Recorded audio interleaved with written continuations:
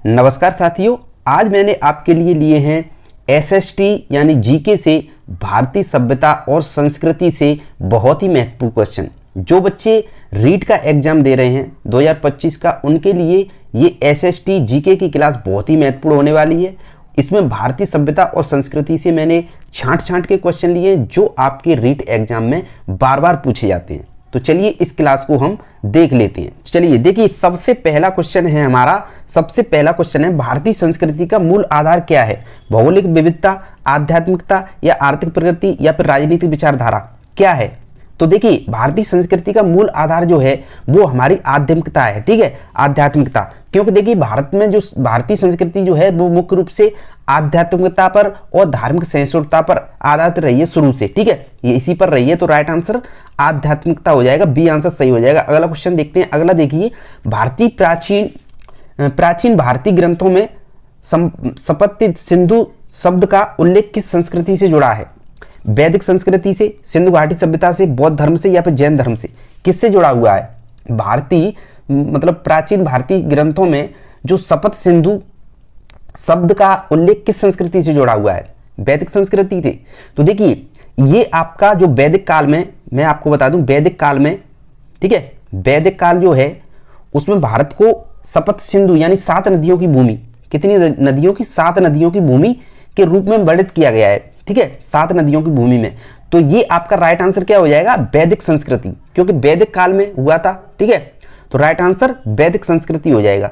ठीक है, वैदिक संस्कृति में, तो ये आपका ए आंसर सही हो जाएगा। अगला क्वेश्चन देखते हैं। हड़प्पा सभ्यता का कौन सा स्थल वर्तमान भारत में स्थित है?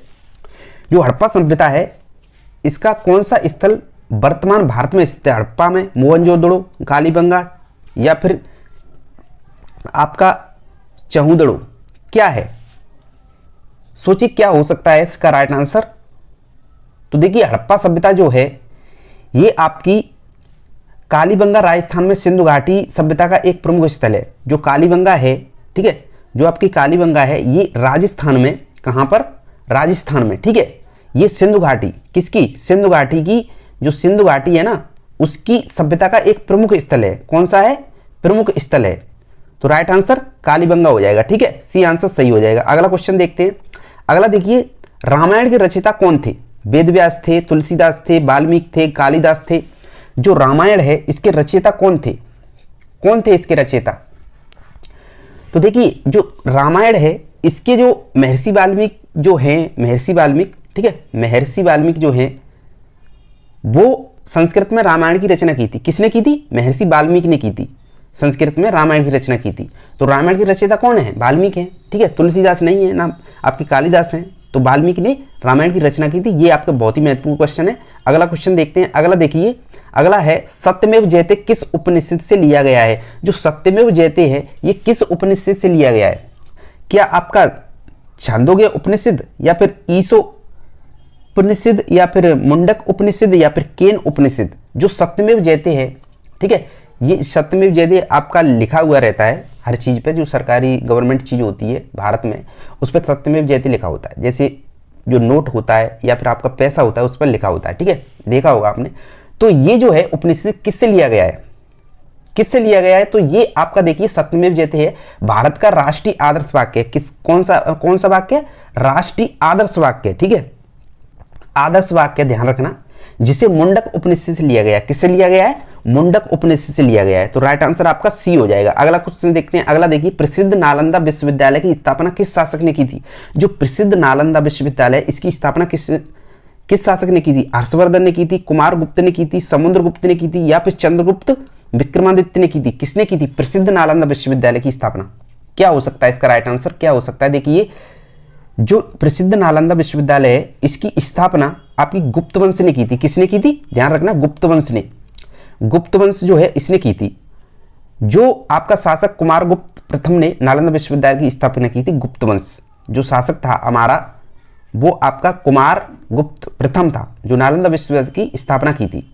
तो वो कौन सा शासक था? इसमें क्या पूछा है? नालंदा विश्वविद्यालय की स्थापना किसने की थी? तो आपकी कुमार गुप्त ने की थी। राइट आंसर बी हो जाएगा। अगला क्वेश्चन देखते हैं। अगला देखिए, अजंता की गुफाएं किस धर्म से संबंधित है? हिंदू धर्म से हैं, जैन धर्म से हैं, बौद्ध धर्म से हैं या सिख धर्म से? जो अजंता की गुफाएं हैं ये किस धर्म से संबंधित हैं? तो अजंता कौन से धर्म से है बताइए, क्या हो सकता है, कमेंट में बताइए क्या हो सकता है इसका राइट आंसर। देखिए अजंता की गुफाएं बौद्ध धर्म से संबंधित हैं। किससे धर्म से? बौद्ध धर्म से। और इनमें बौद्ध कला की जो बौद्ध कला है ना, बौद्ध कला की उत्कृष्ट चित्रकारी है, ठीक है, चित्रकारी। तो ये आपका जो अजंता की गुफाएं हैं ये आपकी बौद्ध धर्म से संबंधित हैं, ठीक है, बौद्ध धर्म से संबंधित। तो बौद्ध धर्म सी आंसर सही हो जाएगा, सी के साथ चला जाएगा। अगला क्वेश्चन देखते हैं। अगला देखिए, अगला है हमारा, महात्मा बुद्ध ने अपना पहला उपदेश कहां पर दिया था? सारनाथ में दिया था, बोध गया में दिया था, कुशीनगर में, या फिर लंबनी में? जो महात्मा बुद्ध हैं इन्होंने अपना उपदेश कहां पर दिया था? पहला वाला कहां दिया था? क्या हो सकता है? सोचिए क्या हो सकता है इसका राइट आंसर।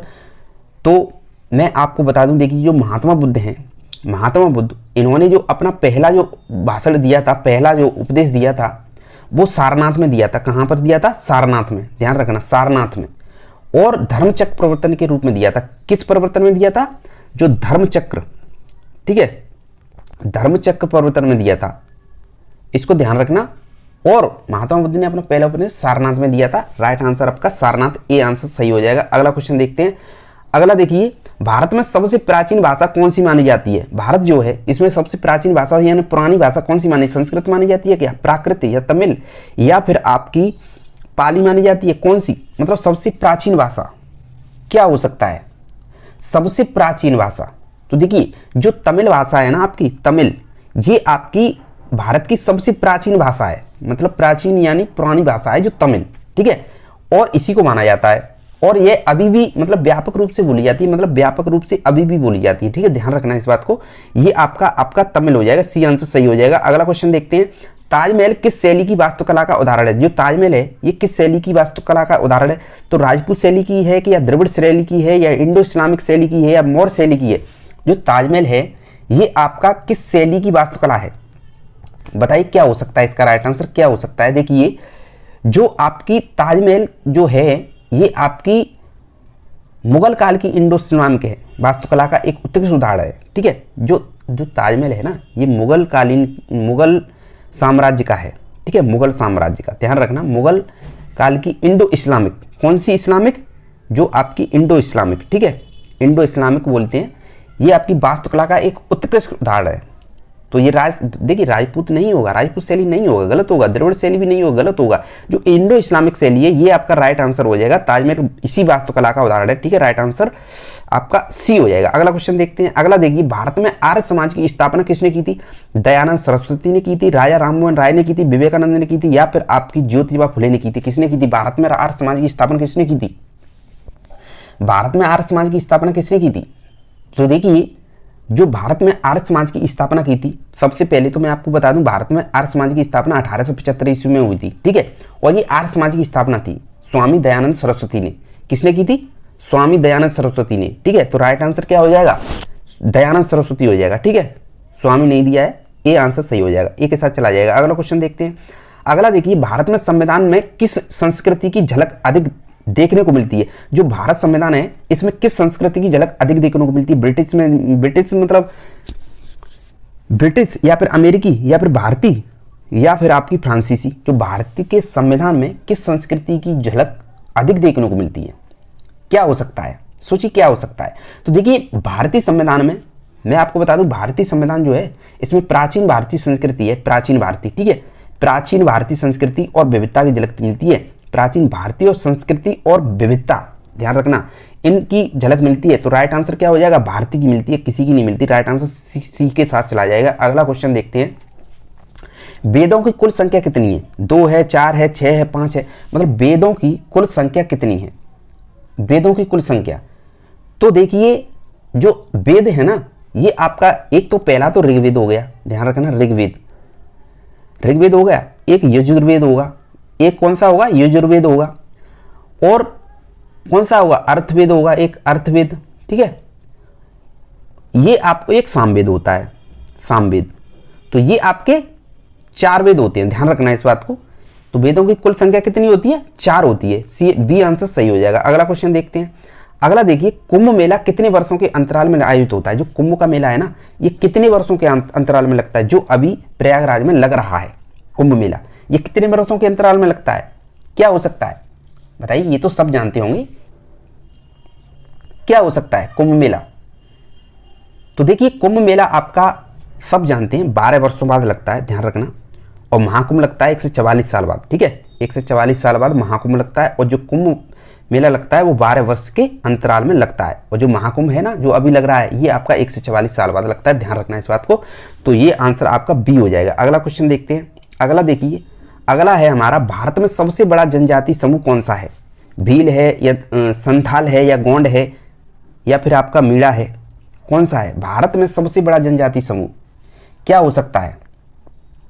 सबसे बड़ा जनजाति समूह कौन सा है? क्या आपका देखिए भील जनजाति भारत की सबसे बड़ी जनजाति है। जो भील जाति है ना, भील, ये आपकी भारत की सबसे बड़ी जनजाति है। बड़ी जनजाति कौन सी है? भील है, ध्यान रखना इस बात को। तो आपका राइट आंसर भील ही हो जाएगा, ए के साथ चला जाएगा, ठीक है, ए के साथ। तो अगला क्वेश्चन देखते हैं। अगला देखिए, भक्ति आंदोलन के प्रवर्तक कौन थे? जो भक्ति आंदोलन है इसके प्रवर्तक कौन थे? रामानुज थे, शंकराचार्य थे, कबीर थे या फिर चैतन्य महाप्रभु थे? कौन थे बताइए? क्या हो सकता है इसका राइट आंसर? क्या हो सकता है? सोचिए क्या हो सकता है। तो देखिए ये भक्ति आंदोलन है, इसके प्रवर्तक आपके कौन थे? जो आपके भक्ति आंदोलन का प्रारंभिक रूप दक्षिण भारत में रामानुज ने दिया था। किसने दिया था? ये कहाँ दिया था? दक्षिण भारत में दिया था, ध्यान रखना, दक्षिण भारत में दिया था।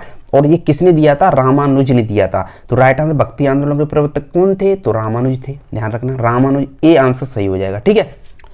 अगला क्वेश्चन देखते हैं। अगला देखिए, प्रसिद्ध कोणार्क सूर्य मंदिर किस राज्य में स्थित है? जो कोणार्क मंदिर है ना, ये बहुत प्रसिद्ध है, ये सूर्य मंदिर के नाम से भी जाना जाता है। तो कोणार्क सूर्य मंदिर ये कहाँ पर स्थित है बताइए? मध्य प्रदेश में है क्या? उड़ीसा में है? तमिल में है? कर्नाटक में है? बहुत ही महत्वपूर्ण क्वेश्चन है, वेरी वेरी इंपॉर्टेंट है, ठीक है। वीडियो को लाइक जरूर कर देना, लाइक जरूर कर दिया करो दोस्तों, क्योंकि यहाँ पर आपका अकेला टीचर बहुत मेहनत कर रहा है, आप लाइक नहीं करते हो। आज लाइक जरूर कर दिया करो वीडियो अच्छी लगी हो तो, और ये क्लास अच्छी लगी हो तो देखिए सबसे पहले देखिए, प्रसिद्ध कोणार्क सूर्य मंदिर कहाँ पर है बताइए? क्या हो सकता है? मध्य प्रदेश, ओडिशा, तमिलनाडु? तो देखिए जो कोणार्क मंदिर है आपका, कोणार्क मंदिर, ये आपका सूर्य मंदिर ओडिशा में स्थित है, ध्यान रखना, ओडिशा में, ठीक है, बी आंसर सही हो जाएगा। अगला क्वेश्चन देखते हैं। अगला देखिए, बुद्ध धर्म में संघ का प्रमुख उद्देश्य क्या है? जो बुद्ध धर्म है ना, इसमें संघ का प्रमुख उद्देश्य क्या है? सामाजिक सुधार है, मोक्ष प्राप्ति है या शिक्षा का प्रचार या व्यापार? मतलब बुद्ध धर्म है ना, इसमें संघ का प्रमुख उद्देश्य क्या है? तो देखिए संघ का उद्देश्य सीधा मोक्ष प्राप्ति के लिए मार्गदर्शन करना था। जो संघ था इसका उद्देश्य क्या था?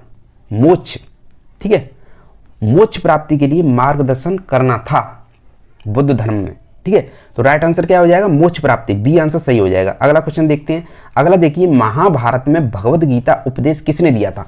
बहुत ही महत्वपूर्ण क्वेश्चन है, भगवद गीता उपदेश जी आपकी लाइफ के लिए बहुत महत्वपूर्ण क्वेश्चन है। भगवद गीता जो उपदेश दिया था किसने दिया था? सब देखिए, जो महाभारत में भगवद गीता जो कही थी, क्या अर्जुन ने कही थी, कृष्ण ने कही थी, भीष्म ने की थी, द्रोणाचार्य ने की थी? क्या हो सकता है? जल्दी बताइए क्या है राइट आंसर, क्या होगा? तो देखिए ये सीधा सीधा कृष्ण ने, भगवान ने दी थी। जो महाभारत हुआ था तो अर्जुन को सुनाई थी गीता। तो राइट आंसर क्या हो जाएगा? कृष्ण हो जाएगा, ठीक है। अगला क्वेश्चन देखते हैं। नटराज की मूर्ति किस देवता का प्रतीक है? जो नटराज है इसकी मूर्ति किस देवता का प्रतीक है? विष्णु की, शिव की, ब्रह्मा की, गणेश की? जो नटराज की मूर्ति किस देवता की प्रतीक है? तो देखिए नटराज की मूर्ति ये शिव तांडव के लिए जानी जाती है। किसके लिए? शिव तांडव के लिए, ठीक है। शिव तांडव नृत्य रूप में दर्शाता है और भारतीय सभ्यता, मतलब ये शिव तांडव के लिए नटराज की मूर्ति इसी देवता का प्रतीक है। तो विष्णु के लिए नहीं होगा, शिव के लिए होगा, बी आंसर सही हो जाएगा। अगला क्वेश्चन देखते हैं। अगला देखिए, संस्कृति साहित्य के शेक्सपियर के रूप में किसे जाना जाता है? जो संस्कृत साहित्य है इसे शेक्सपियर के रूप में किसे जाना जाता है? बाणभट्ट को, कालिदास को, भवभूत को या अश्वघोष को? जो संस्कृत साहित्य है इसको शेक्सपियर के रूप में किसे जाना जाता है? क्या हो सकता है इसका राइट आंसर? तो देखिए संस्कृत साहित्य के शेक्सपियर के रूप में आपको कालिदास को जाना जाता है। अब कालिदास को क्यों जाना जाता है? क्योंकि कालिदास की कृतियां जैसे आपकी एक तो अभिज्ञान शांतकतम थी, एक मेघदूतम थी, ये उन्हें संस्कृत साहित्य का महान नाटककार बनाती है, ठीक है। एक तो अभिज्ञान शांतकतनम और एक मेघदूत, ठीक है। ये दो जी थी, ये आपकी कालिदास की महान नाटककार बनाती हैं, ये रचनाएं थी उनकी। ठीक है, तो राइट आंसर क्या हो जाएगा, कालिदास हो जाएगा। ठीक है, बी आंसर सही हो जाएगा। अगला क्वेश्चन देखते हैं। अगला देखिए, भारत में सबसे प्राचीन नगर नियोजन प्रणाली किस सभ्यता में पाई गई थी? जो भारत में सबसे प्राचीन नगर नियोजन प्रणाली थी वो किस सभ्यता में पाई गई थी? वैदिक सभ्यता, सिंधु घाटी सभ्यता, मौर्य काल या फिर गुप्त काल? क्या हो सकता है इसका राइट आंसर, बताइए क्या हो सकता है? तो देखिए, जो भारत में सबसे प्राचीन नगर नियोजन प्रणाली ये आपकी पाई गई थी सिंधु घाटी सभ्यता में। ठीक है, अब सिंधु घाटी सभ्यता में क्यों पाई गई थी? क्योंकि हड़प्पा जो है, हड़प्पा और मोहनजोदड़ो, ठीक है, मोहनजोदड़ो, ये सुनिश्चित सड़कें, जल निकासी प्रणाली में ईंटों के मकान मिले थे। ठीक है, ईंटों के मकान मिले थे, इसलिए ये सिंधु घाटी सभ्यता पाई गई थी इस प्रणाली में। तो राइट आंसर क्या हो जाएगा, सिंधु घाटी सभ्यता हो जाएगा, बी आंसर सही हो जाएगा। अगला क्वेश्चन देखते हैं। भगवान महावीर का जन्म कहाँ पर हुआ था? पावापुरी में हुआ था, वैशाली में हुआ था, राजगृह में या कुशीनगर में? भगवान महावीर का जन्म कहाँ पर हुआ था? क्या हो सकता है इसका राइट आंसर, सोचिए, बताइए, कमेंट में बताइए। देखिए, जो महावीर जैन धर्म के 24वें तीर्थंकर थे, कितने थे? जो महावीर थे, भगवान महावीर, ये 24वें थे। ठीक है, 24वें तीर्थंकर थे और उनका जन्म वैशाली में हुआ था। कहाँ पर हुआ था? वैशाली में हुआ था। ध्यान रखना, वैशाली बिहार में पड़ता है, ये बिहार में। ठीक है, बिहार में पड़ता है। तो राइट आंसर क्या हो जाएगा, वैशाली हो जाएगा, ये बिहार में पड़ता है। ठीक है, right answer Vaishali, B answer सही हो जाएगा। अगला क्वेश्चन देखते हैं। भारत में सबसे लंबा मनाया जाने वाला त्यौहार कौन सा है? क्या दीपावली है, होली है, ओणम है, नवरात्रि है? जो भारत में सबसे लंबा मनाया जाने वाला त्यौहार कौन सा है, बताइए कौन सा है जो सबसे लंबा मनाया जाता है? तो देखिए, ये आपका दीपावली 1 दिन के लिए, 2 दिन की, 3 दिन में खत्म हो जाती है। होली है 1 दिन के लिए आती है, 1 या 2 दिन, 3 दिन में खत्म। ओणम ये भी खत्म। तो ये आपका जो नवरात्रि है ना, ये 9 दिन चलता है, 9 दिन। ठीक है, 9 दिन चलता है। तो भारत में सबसे लंबा मनाया जाने वाला त्यौहार कौन सा है? नवरात्रि है। ठीक है, नवरात्रि 9 दिन तक मनाया जाता है, जो माँ दुर्गा को समर्पित करता है। किसको करता है? दुर्गा मैया को करता है। तो राइट आंसर क्या हो जाएगा आपका, नवरात्रि हो जाएगा, डी आंसर सही हो जाएगा। अगला क्वेश्चन देखते हैं। अगला देखिए, भरतनाट्यम किस राज्य का शास्त्रीय नृत्य है? जो भरतनाट्यम है ना, ये किस राज्य का शास्त्रीय नृत्य है? कर्नाटक का, तमिलनाडु का, आंध्र प्रदेश का, महाराष्ट्र का? बताइए क्या हो सकता है इसका राइट आंसर, क्या हो सकता है? देखिए, सोचिए क्या हो सकता है। देखिए, भरतनाट्यम जो है भारतीय प्राचीन शास्त्रीय नृत्यों में से एक माना जाता है। जो भरतनाट्यम है ना आपका, ये आपका भारत में प्राचीन शास्त्रीय नृत्यों में से एक माना जाता है। तो तमिलनाडु से उत्पन्न हुआ है। कहाँ से हुआ है ये? तमिलनाडु से उत्पन्न कहाँ से हुआ है? तमिलनाडु से हुआ है। तो भरतनाट्यम किस राज्य का शास्त्रीय नृत्य है? तो तमिलनाडु का है। राइट आंसर आपका बी आंसर सही हो जाएगा। अगला क्वेश्चन देखते हैं। अगला देखिए, जो अजंता और एलोरा गुफाओं में किस प्रकार की चित्रकला पाई जाती है? जो अजंता और एलोरा गुफाओं की जो है, यहां पर किस चित्रकला पाई जाती है? मुगल चित्रकला, राजस्थानी चित्रकला, बौद्ध चित्रकला, द्रविड़ चित्रकला? सोचिए क्या हो सकता है, कैसी चित्रकला पाई जाती है, कैसी पाई जाती है? देखिए, अजंता गुफाओं में बौद्ध धर्म से संबंधित चित्र पाए जाते हैं। ठीक है, चित्रकला बौद्ध धर्म से संबंधित पाई जाती है। तो राइट आंसर आपका बौद्ध चित्रकला हो जाएगा, सी आंसर सही हो जाएगा। अगला क्वेश्चन देखते हैं। अगला देखिए, चोल वंश के शासकों द्वारा निर्मित प्रसिद्ध मंदिर कौन सा है? चोल वंश के शासकों द्वारा सूर्य मंदिर, कोणार्क, काशी विश्वनाथ मंदिर, बृहदेश्वर मंदिर या फिर सोमनाथ मंदिर? चोल वंश के शासकों द्वारा निर्मित प्रसिद्ध मंदिर कौन सा है? चोल वंश के शासकों द्वारा। क्या हो सकता है इसका राइट आंसर? चोल वंश के शासकों द्वारा बताइए क्या हो सकता है? तो देखिए, चोल वंश के शासकों द्वारा आपका ब्रह्मदेश्वर मंदिर है ना, ब्रह्मदेश्वर, ये तमिलनाडु में स्थित है। कहाँ पर है? तमिलनाडु में स्थित है। और इसे चोल शासक राजा प्रथम ने बनवाया था। किसने? जो शासक था, जो राजा, कौन सा? राजा। ठीक है, ये एक प्रथम शासक था, इसने इसे बनवाया था। तो ये पूछ रहा है चोल वंश के शासकों द्वारा निर्मित प्रसिद्ध मंदिर कौन सा है? तो बृहदेश्वर मंदिर है। राइट आंसर आपका बृहदेश्वर मंदिर, सी आंसर सही हो जाएगा। ठीक है, अगला क्वेश्चन देखते हैं। बौद्ध धर्म की किस शाखा ने बौद्धिस्ट तत्व की अवधारणा को महत्व दिया है? थेरवाद, महायान, हीनयान या फिर आपका वज्रयान? जो बौद्ध धर्म है, इसकी किस शाखा ने बौद्धिस्ट की अवधारणा को महत्व दिया है? बताइए क्या हो सकता है? देखिए, ये महायान बौद्ध धर्म में बोधिसत्व को सर्वोच्च आदर्श माना जाता है। ठीक है, जो महायान है आपका, महायान, ठीक है, ये बौद्ध धर्म में बोधिसत्व को सर्वोच्च माना जाता है। क्या माना जाता है? सर्वोच्च माना जाता है। तो राइट आंसर क्या हो जाएगा? महायान हो जाएगा। बी आंसर सही हो जाएगा। ठीक है, अगला क्वेश्चन देखते हैं। अगला देखिए, तिरुक्कुरल नामक ग्रंथ किस भाषा में लिखा गया? ये जो तिरुक्कुरल है ना, ये किस भाषा में लिखा गया था? संस्कृत, तमिल, तेलुगु, कन्नड़, किस भाषा में लिखा गया था? तो आपका ये तिरुक्कुरल है ना, ये एक प्रसिद्ध नैतिक और दार्शनिक ग्रंथ है। ठीक है, ये आपका नैतिक और दार्शनिक ग्रंथ है, जिसे तिरुवल्लुवर ने तमिल भाषा में लिखा था। जो तिरुवल्लुवर था, इसने इसे तमिल भाषा में लिखा था। ठीक है, तो राइट आंसर आपका बी आंसर सही हो जाएगा। ठीक है, अगला क्वेश्चन देखते हैं। अगला है हमारा, पंचतंत्र कथाओं की रचना किसने की थी? विष्णु शर्मा, चाणक्य, कालिदास, भास। जो पंचतंत्र कथाएं हैं, ये रचना किसने की थी? बताइए क्या हो सकता है इसका राइट आंसर? देखिए, पंचतंत्र कथाएं, देखिए पंचतंत्र कथाएं की रचना आपकी किसने की थी? जो पंचतंत्र विश्व की प्रसिद्ध नैतिक शिक्षाप्रद है। ठीक है, कथाओं का संग्रह माना जाता है पंचतंत्र को। पंचतंत्र को आपका प्रसिद्ध, विश्व की प्रसिद्ध शिक्षाप्रद कथाओं में संग्रह है, जिसे विष्णु शर्मा ने लिखा था। किसने लिखा था? विष्णु शर्मा ने लिखा था। तो राइट आंसर आपका क्या हो जाएगा? विष्णु शर्मा हो जाएगा। ठीक है, विष्णु शर्मा।